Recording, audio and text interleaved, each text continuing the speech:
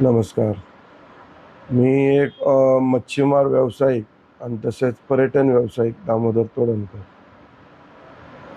मला असं म्हणायचं आहे, की जो पण नेता किंवा राजकीय हेतूने मच्छीमारांच्या बाजूने जो असेल, मच्छीमारांचे जे प्रश्न सोडेल, त्याचं खरोखरच अभिनंदन.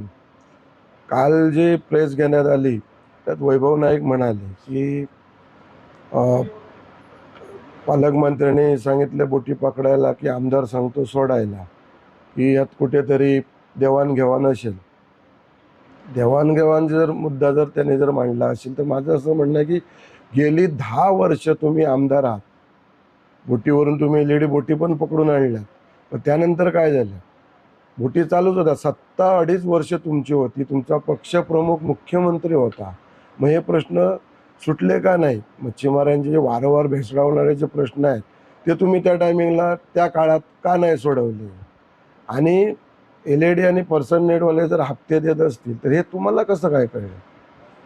मग तुम्ही पण 10 वर्षात त्याला सामील होता का? असा माझा प्रश्न आहे.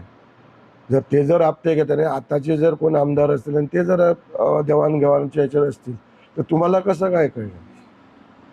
हे एक माझा एक प्रश्न आहे तुम्हाला. 10 वर्षात तुम्ही मच्छीमारांचे प्रश्न 2.5 वर्ष सत्ता असून सोडू शकले नाही. मग आता दुसऱ्याच्या माथ्यावर खापर का फोडताय? त्यावेळी सुद्धा तुम्ही आमदार होता. तुमचा पक्षप्रमुख मुख्यमंत्री होता.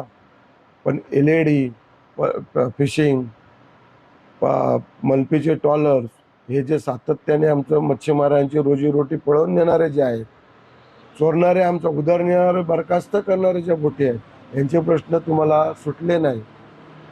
तुम्ही मच्छीमारांच्या पाठीशी राहिल्यात, त्याबद्दल माझं दुमत नाही आहे. तुम्ही बोटीवरून पर्सन नेट पकडायला पण गेलात, त्याबद्दल सुद्धा माझं दुमत नाही आहे. पण तुम्ही जे काय जे मांडताय, काय जे बोलताय, हे योग्य आहे की नाही हे स्वतःच्या मनाला सुद्धा तुम्ही बघा तुम्हाला पटतंय काय? 10 वर्षात तुम्ही हे प्रश्न सोडवू शकत नाही. निलेश राणे तर आता आमदार झाले आहेत आणि प्रश्न सोडवतायत बऱ्यापैकी. नाही कसं म्हणताय तुम्ही? प पर्सन नेटच्या एल-ई-डी बोटी पण पकडतायत. हीच बोट पकडा, तीच बोट पकडा असं होत नाही. आरामात होत आहे. मी मच्छीमार आहे. मलाही सुद्धा मच्छीमारांची हालत बघवत नाही आहेत. मी जरी आता पर्यटन व्यावसायिक असलो तरी.